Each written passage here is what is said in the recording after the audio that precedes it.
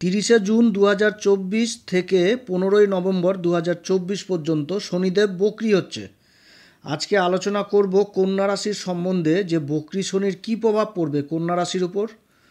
কন্যা রাশির ক্ষেত্রে শনিদেব হচ্ছে কারক গ্রহ, পঞ্চম ঘরের অধিপতি এবং ষষ্ঠ ঘরের অধিপতি হয়ে এই ষষ্ঠ ঘর তার কুম্ভ রাশিতেই অবস্থান করছে। এবং এই কুম্ভ রাশিতে বক্রি হচ্ছে দেবগুরুর বৃহস্পতির নক্ষত্র পূর্বা ভাদ্রপদে। তার সাথে এই অক্টোবর মাসের 3 তারিখ পর্যন্ত এই নক্ষত্রেই থাকবে। তো এই বক্রি শনি দেবগুরু বৃহস্পতির নক্ষত্রে থেকে কি প্রভাব দিবে কন্যা রাশির উপর, এই বিষয়ে আজকে বিশেষ আলোচনা করব। আমি এর আগের ভিডিওগুলোতে দেবগুরু বৃহস্পতির পূর্বা ভাদ্রপদ নক্ষত্র নিয়ে অনেক কিছু আলোচনা করেছি। এই নক্ষত্রটা হচ্ছে ভাগ্যবর্ধক, অর্থাৎ এই নক্ষত্র ভাগ্য বৃদ্ধি করে। আর এই নক্ষত্রে শনিদেব গোচর করছে, মানে এই নক্ষত্রে শনিদেব বক্রি হচ্ছে। আর এই পূর্ব ভাদ্রপদ নক্ষত্র বৃহস্পতির নক্ষত্র। শনিদেব নিজের ঘরে বক্রি হচ্ছে, আবার এই ঘরেই কিন্তু শনিদেব বিপরীত রাজযোগ তৈরি করছে। এটা কিন্তু প্রবল বিপরীত রাজযোগ, তার সাথে শত্রুহান্তা যোগ তৈরি করছে। শনিদেবের তৃতীয় দৃষ্টি মঙ্গলদেবের উপর পড়ছে। মঙ্গলদেব কিন্তু বসে রয়েছে নিজের রাশিতে, যেটা মেষ রাশি। আবার মঙ্গলদেব 12ই জুলাই পর্যন্ত এই মেষ রাশিতে থাকবে, তারপরে আবার রাশি পরিবর্তন করবে। মঙ্গলদেব দ্বারাও কিন্তু তৈরি হয়েছে এই সময় বিপরীত রাজযোগ, যেটা 12 তারিখ পর্যন্ত থাকছে। তারপরে আবার দেবগুরু বৃহস্পতির সাথে ভাগ্যের ঘরে অবস্থান করবে। সমস্ত দর্শক বন্ধুদের জানাই নমস্কার। সমস্ত নতুন দর্শকের কাছে আমার বিশেষ অনুরোধ, এই চ্যানেলটিকে অবশ্যই সাবস্ক্রাইব করবেন। এই চ্যানেলের সঙ্গে থাকুন, আপনারা জ্যোতিষীয় সম্পর্কিত অনেক তথ্য জানতে পারবেন এবং নিজের কুষ্টি নিজে দেখাও শিখতে পারবেন। ভিডিওটি কেটে কেটে দেখবেন না, সম্পূর্ণ দেখার চেষ্টা করেন, তাহলে আমি কি বলছি এটা বুঝতে পারবেন। গ্রহের গোচর সম্পূর্ণভাবে নির্ভর করে জাতক জাতিকার জন্মকুষ্ঠির গ্রহের দশা এবং গ্রহের অবস্থানের উপর। আমরা যে ফল প্রকাশ করছি এটা আমাদের একটা প্রচেষ্টা মাত্র, এটা সম্পূর্ণভাবে নির্ভর করবে জাতক জাতিকার জন্মকুষ্ঠির উপর। শনিদেবের এই গোচরের ফল আপনারা চন্দ্ররাশি অনুসারেই দেখবেন। শনিদেব এমন একটি গ্রহ যে এই গ্রহটির কথা শুনলেই মনের মধ্যে ভয় আতঙ্ক এগুলো কিন্তু তৈরি হয়। আমরা কিন্তু শনিকে একদমই চিনতে চাই না যে শনি আসলে কি, যার জন্য আমরা শনিকে দেখে প্রচণ্ড ভয় পাই। শনিকে ভয় পেয়ে কোনো লাভ নাই, শনিকে চিনতে শিখুন, জানতে শিখুন। কালপুরুষ চক্রে শনিদেবের স্থান হচ্ছে দশম ঘর এবং একাদশ ঘর। আর দশম ঘরটা হচ্ছে কি আমাদের কর্ম, আর কর্ম করে যে লাভ হচ্ছে সেটা হচ্ছে একাদশ ঘর। আর এই দুই ঘরের অধিপতি হচ্ছে শনিদেব। পাপ গ্রহের শ্রেণীতে শনিদেব হচ্ছে সবার প্রথম, অথচ এই শনিদেবের হাতেই রয়েছে কর্মের ফল দেওয়া, ন্যায়ের বিচার করা। শনি একমাত্র গ্রহ যে প্রকৃতির ভারসাম্য বজিয়ে রাখে কর্মের ফল দিয়ে। শনি যেই স্থানে বসে সেই স্থানে বৃদ্ধি করে, আর যেই স্থানে দৃষ্টি দেয়, শনিদেবের তিনটা দৃষ্টি পাপ দৃষ্টি, যেখানে দৃষ্টি দেয় সেখানে পাপ দৃষ্টিই পড়ে। কিন্তু শনিদেব পাপ গ্রহ হওয়া সত্ত্বেও ন্যায়ের বিচারক। এই শনিদেব সবার জন্য ন্যায় বিচারই করে। জীবনে চলার পথে আমরা প্রত্যেক দিনই কোনো না কোনো অপরাধ, কোনো না কোনো পাপ কাজ করে থাকি, যেটা আমাদের কোনো রকমভাবে স্মরণে থাকে না।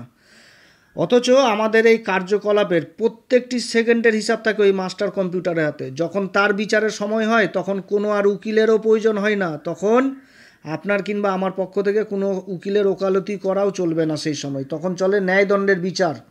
যদি আমি ভালো কর্ম করে থাকি তো ভালো ফল, খারাপ কর্ম করে থাকলে খারাপ ফল। আর এই বিচারের অধিকার রয়েছে এই ন্যায়ের দেবতা শনিদেবের হাতে।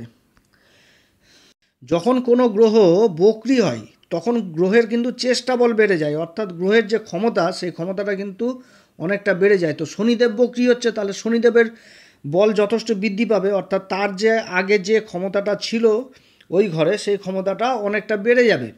শনিদেব ষষ্ঠ ঘরে বক্রি হচ্ছে, আর বক্রি অবস্থায় আবার পঞ্চম ঘরেরও ফল দিবে, অর্থাৎ পঞ্চম ঘর আর ষষ্ঠ ঘরের অধিপতি হয়তো ষষ্ঠ ঘরে থাকছে, তো ষষ্ঠ ঘরে থেকে কিন্তু তার ওই পঞ্চম ঘরেরও ফল কিন্তু এই সময় দিবে। বর্তমানে কন্যা রাশির ক্ষেত্রে গ্রহদের যে অবস্থান সেটা যথেষ্ট ভালো, কারণ রাশির কেন্দ্রের দুটি ঘরের অধিপতি দেবগুরু বৃহস্পতি চতুর্থ ঘর, এবং চতুর্থ ঘরটা হচ্ছে কিসের ঘর, সুখের ঘর। এবং সপ্তম ঘরটা কি আমাদের দাম্পত্য জীবনের ঘর, রোজগারের ব্যবসা বাণিজ্য করে যে আয় ইনকাম, সেই আয় ইনকামের ঘর হচ্ছে সপ্তম ঘর। এই ঘরের অধিপতি হয়ে ভাগ্যের ঘরে অবস্থান করছে। আর ভাগ্যের ঘরটা হচ্ছে কি বিষ রাশি, স্ত্রী রাশি, ভূমিতত্ত্ব রাশি। আর বিষ রাশির অধিপতি শুক্রদেব, এ কিন্তু হচ্ছে কন্যা রাশির অধিপতি বুধের সাথে পরম মিত্রতা সম্পর্ক। বক্রী শনির এই অবস্থাকালে দেবগুরুর যে নবম ঘরে ভাগ্যের ঘরে অবস্থান, এবং তার সাথে দেবগুরুর যে নক্ষত্র পরিবর্তন, যে নক্ষত্রে এখন দেবগুরু অবস্থান করছে সেটা হচ্ছে রোহিণী নক্ষত্র। আর রোহিণী নক্ষত্র হচ্ছে অধিপতি হচ্ছে চন্দ্রদেব, আর চন্দ্রদেব কন্যা রাশির ক্ষেত্রে কোন ঘর? একাদশ ঘর, অর্থাৎ লাভের ঘরের অধিপতি। আর এই লাভের ঘরের অধিপতির নক্ষত্রে আবার দেবগুরু অবস্থান করছে। জিনিসগুলো কিন্তু এখানে বুঝার ব্যাপার আছে। শনিদেবের 3টি দৃষ্টি। প্রথম তৃতীয় দৃষ্টি পড়ছে হচ্ছে মেষ রাশি, যেটা অষ্টম ঘর। সপ্তম দৃষ্টি পড়ছে রাশির দ্বাদশ ঘর, যেটা হচ্ছে সিংহ রাশি। এবং দশম দৃষ্টি পড়ছে রাশির পরাক্রম ঘর, বৃশ্চিক রাশি। আর এই পরাক্রম ঘরে দেবগুরু বৃহস্পতিরও দৃষ্টি পড়ছে। আবার রাশির অধিপতি যখন 12 তারিখের পর রাশির অধিপতি দেবগুরুর সাথে অবস্থান করবে, তখন রাশির অধিপতি মঙ্গলদেবেরও সপ্তম দৃষ্টি পড়ছে এই পরাক্রম ঘরে। তাহলে এই পরাক্রম ঘরে আবার শনিরও দৃষ্টি পড়ছে। আবার রাহু কিন্তু আবার সপ্তম ঘরে বসে রয়েছে, যেটা হচ্ছে মীন রাশি, কন্যা রাশির ক্ষেত্রে। রাহুরও আবার দৃষ্টি পড়ছে এই পরাক্রম ঘরে। কন্যা রাশির ক্ষেত্রে সময়কালে পরাক্রম ঘর অর্থাৎ তৃতীয় ঘরটি সম্পূর্ণভাবে অ্যাক্টিভ হয়ে গেছে। পরাক্রম ঘর এই অ্যাক্টিভ হওয়ার দরুন এই সময়কালে কাজের প্রতি একটা বিশেষ মনোযোগী হবে এবং একটা উদ্দাম সাহস, তার সাথে সেলফ কনফিডেন্ট, এটা বিশেষ লক্ষণীয় হবে কন্যা রাশির জাতক জাতিকাদের মধ্যে। এই সময়কালে বাড়ির ছোট ভাই বোনদের কর্মে যথেষ্ট উন্নতির যোগ রয়েছে। তাছাড়া ছোট ভাই বোনদের সাথে সম্পর্ক যথেষ্ট ভালো থাকবে। যে কোনো কাজ করতে গেলে যে একটা বিশেষ ঊর্জা এই সময় কিন্তু বিশেষ করে পাবে এই কন্যা রাশি। যারা মিডিয়া সেক্টরের সাথে জড়িত রয়েছেন, যারা কমিউনিকেশনের সাথে জড়িত রয়েছেন, যারা ইলেকট্রনিক্সের ব্যবসার সাথে জড়িত রয়েছেন, আবার যারা কম্পিউটারের যে কোনো ব্যবসার সাথে জড়িত রয়েছেন বা কাজের সাথে জড়িত রয়েছেন, এই সময় যথেষ্ট ভালো সময়। এই সময় প্রচণ্ড কর্মে ব্যস্ততা থাকবে এবং তার সাথে কিন্তু একটা পরিবর্তন যোগও থাকছে, অর্থাৎ কর্মক্ষেত্রে আপনাকে কিন্তু বাইরে যেতেও হতে পারে এই সময়, যেটা আপনার পক্ষেই থাকবে। প্রবল শত্রুহান্তার যোগ তৈরি হয়েছে শনিদেব। এই সময় আপনার গোপন শত্রুগুলো যে কর্মক্ষেত্রে আপনার সমস্যা তৈরি করছিল, এরা আপনার সম্মুখে আসার এই সময় সাহস পাবে না। এবং আপনি আপনার পরাক্রম দ্বারা এবং আপনার জ্ঞানের দ্বারা এই শত্রুদের যথেষ্ট পরাস্ত করবেন এবং তাদের থেকে অনেকটা এগিয়ে থাকবেন। এই বক্রী শনির প্রভাবে এই সময়কালে যারা প্রাইভেট কিংবা সরকারি কর্মক্ষেত্রে ইন্টারভিউ দিচ্ছেন, তাদের সফল হওয়ার বিশেষ সম্ভাবনা থাকছে এই সময়।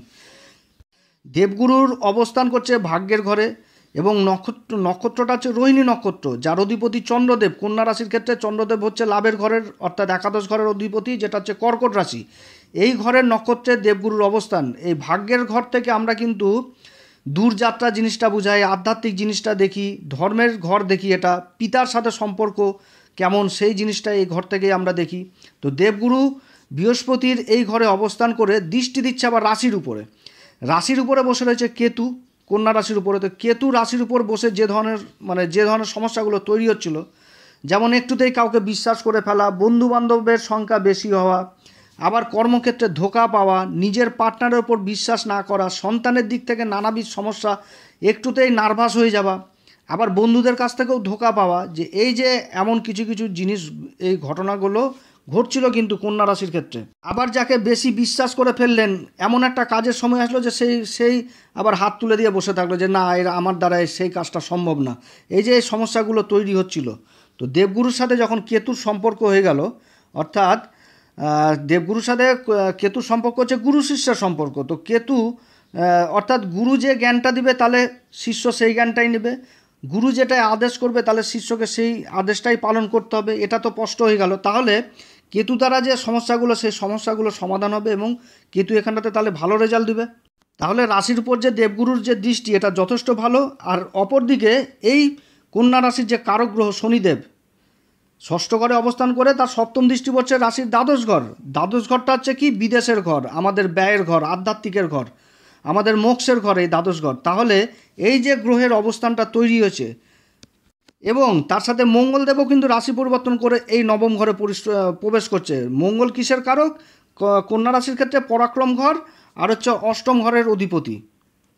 অষ্টম ঘরটা কিসের ঘর? আকস্মিক ঘটনা, গভীর রিসার্চ, এই ঘর থেকে আমরা দেখি। আধ্যাত্মিকেরও ঘর এই ঘর থেকে, আবার শ্বশুরবাড়ির সম্পর্কও কিন্তু এই ঘর থেকে দেওয়া হয়। আবার আকস্মিক ধনসম্পত্তি লাভ এই ঘর থেকেও কিন্তু দেখা হয়। তাহলে এই ঘরের অধিপতি দেবগুরুর সাথে অবস্থান করছে। তাহলে জিনিসটা কি হচ্ছে, যে একটা বিদেশের কানেকশন কিন্তু আসছে এই সময়কালে। অর্থাৎ এই সময়কালে যারা ইম্পোর্ট এক্সপোর্টের ব্যবসা করছেন, তাদের ব্যবসায় প্রচণ্ড ছোটাছুটি ব্যস্ততা এগুলো বাড়বে। আবার যথেষ্ট ইনকামও যথেষ্ট বাড়বে। তার সাথে ব্যবসাতে বড় পুঁজিও আবার ইনভেস্ট হবে। এবং তার সাথে যারা উচ্চশিক্ষার জন্য বাইরে যাওয়ার চেষ্টা করছেন, ভালো এডুকেশন লাভের জন্য, তাদের কিন্তু এ সময় যাত্রা হবে। যারা মেডিকেল ডিপার্টমেন্টে রয়েছেন, তাদের জন্য যথেষ্ট ভালো সময়। আবার যারা বিদেশেই কাজকর্ম করছেন, বিদেশে যেই আবার ওখানেই থেকে গেছেন কাজকর্ম করতে করতে, তো তাদেরও কিন্তু এই সময় যথেষ্ট ভালো সময়। আবার যারা বিদেশে যাওয়ার চেষ্টা করছেন তাদেরও এই সময় ভিসা, গ্রিন কার্ড এই সমস্ত পাওয়ার যথেষ্ট ভালো সময়। আবার যারা গোপন বিদ্যার সাথে জড়িত, যারা তন্ত্রক্রিয়ার সাথে জড়িত, তাদের জন্য ভালো সময়। আবার যারা গোয়েন্দা বিভাগ যে জড়িত, সিবিআই, সিআইডি এই বিভাগে যারা জড়িত, তাদেরও প্রমোশন হওয়ার যথেষ্ট ভালো সময়। এই সময় কর্মক্ষেত্রে যথেষ্ট পুরুষার্থ, পরাক্রম এগুলো কিন্তু বৃদ্ধি পাবে। আবার বর্তমানে যে রাহু অবস্থান করছে সপ্তম ঘরে, কিছু ক্ষেত্রে কিছুটা ডিস্টার্ব করছে, কিন্তু ব্যবসা বাণিজ্যের দিকে কিন্তু রাহু আবার তীক্ষ্ণ বুদ্ধি দিচ্ছে। কারণ রাহু বুধের নক্ষত্রে রেবতীতে অবস্থান করছে। আবার জুলাই মাসে কিন্তু এই রাহুই আবার নক্ষত্র পরিবর্তন করবে, শনিদেবের নক্ষত্রে ঢুকবে, উত্তরা ভাদ্রপদ নক্ষত্রে। সেই সময় একটা বিশেষ আলোচনা করব কন্যা রাশির ক্ষেত্রে। তো যে গ্রহের যে চক্রটা তৈরি হয়েছে কন্যা রাশির জন্য, এই অবস্থাতে শনিদেব বক্রি হচ্ছে, এর যথেষ্ট ভালো ফল পাবে কন্যা রাশি। যারা শনিজাত ব্যবসা, শনির দ্রব্যের সাথে মানে দ্রব্যজনিত যারা ব্যবসার সাথে জড়িত, যেমন কয়লার ব্যবসা, চামড়ার ব্যবসা, অটোমোবাইলের সাথে যারা জড়িত রয়েছেন, যারা কলকারখানাতে জড়িত রয়েছেন, তাদের কাছেও যথেষ্ট পরিশ্রম, ব্যস্ততা বাড়বে এবং ভালো ইনকামও থাকবে। শনিদেব ষষ্ঠ ঘরে অবস্থান করছে, কিন্তু আবার পঞ্চম ঘরেরও এই সময় ফল দেবে। যারা এই সময় কম্পিটিশন লেভেলে পরীক্ষা দিচ্ছেন, তাদের সাফল্য পাওয়ার বিশাল সম্ভাবনা রয়েছে। যারা মিডিয়া সেক্টরের সাথে জড়িত রয়েছেন, যারা সোশ্যাল মিডিয়ার সাথে জড়িত রয়েছেন, অর্থাৎ ইউটিউবার, এই সমস্ত কাজে যারা জড়িত রয়েছেন, তাদের কিন্তু বৈদেশিক অর্থ উপার্জন হবে এই সময়। আবার যারা আধ্যাত্মিকের সাথে জড়িত রয়েছেন, যারা প্রাণায়াম, যোগাসন এই সমস্ত কর্মে যারা জড়িত রয়েছেন, তাদের জন্য এই সময় যথেষ্ট ভালো। কন্যা রাশির জন্য বর্তমানে যে গ্রহের যে চক্র, যে অবস্থানগুলো তৈরি হয়েছে, সেটা যথেষ্ট ভালো সময়। এটা কিন্তু আমি এটা জেনারেল প্রিডিকশন করছি। এবার হয়তো কারোর জন্মছকে সেই শনি অন্য জায়গায় বসেছে, রাহু অন্য জায়গায় বসেছে, কিংবা গুরুদেব অন্য জায়গায় বসেছে, তাহলে কিন্তু রেজাল্টটা অন্য হবে। এই সময় কিন্তু আপনাদের ভালো জ্যোতিষীর কাছে পরামর্শ নিতে হবে এবং তার উপাচার অনুসারেই কিন্তু চলতে হবে, তাহলে কিন্তু জিনিসগুলো ভালো ফল হবে। আমি বললাম বলে যে এই ফলগুলো ঘটবে সেটা না, এটা কিন্তু একটা জেনারেল প্রিডিকশন। হ্যাঁ, তবে কিছু না কিছু ভালো ফল এই সময় কন্যা রাশি পাবে, এটা আমি বলতে পারি, কারণ গ্রহের অবস্থান এটাই বলছে। তো যাই হোক প্রিয় দর্শক বন্ধুরা, হ্যাঁ, এই সময়কালে কন্যা রাশির জাতক জাতিকারা কী করবে, শুধু একটাই কাজ করবে, সেটা হচ্ছে হনুমান চল্লিশা। হনুমান চল্লিশা পাঠ করবেন প্রত্যেক দিন শনির এই বকরি সময়ে। মানে হনুমান চল্লিশাই আপনাদের রামবাণের কাজ করবে। আর তবে হনুমান চল্লিশা পাঠ করার আগে শ্রীরাম সীতার প্রণাম মন্ত্র অবশ্যই করবেন। এবং তার সাথে যে সমস্ত দুস্থ রোগী ওষুধপত্র কিনতে পারে না পয়সার অভাবে, অর্থের অভাবে, তাদেরকে কিছু পারলে সাহায্য করবেন এই সময়কালে, তাহলে শনি যথেষ্ট ভালো প্রভাব দিবে। অতএব প্রিয় দর্শক বন্ধুরা, আজকে এতটুকুই। এরপরে আবার এক নতুন পর্ব নিয়ে আসবো। আপনারা সবাই ভালো থাকেন। আজকে অনেক কথা আলোচনা করলাম কন্যা রাশির সম্পর্কে, খুব ভালো লাগলো। যাই হোক, নমস্কার, ধন্যবাদ, ভালো থাকবেন।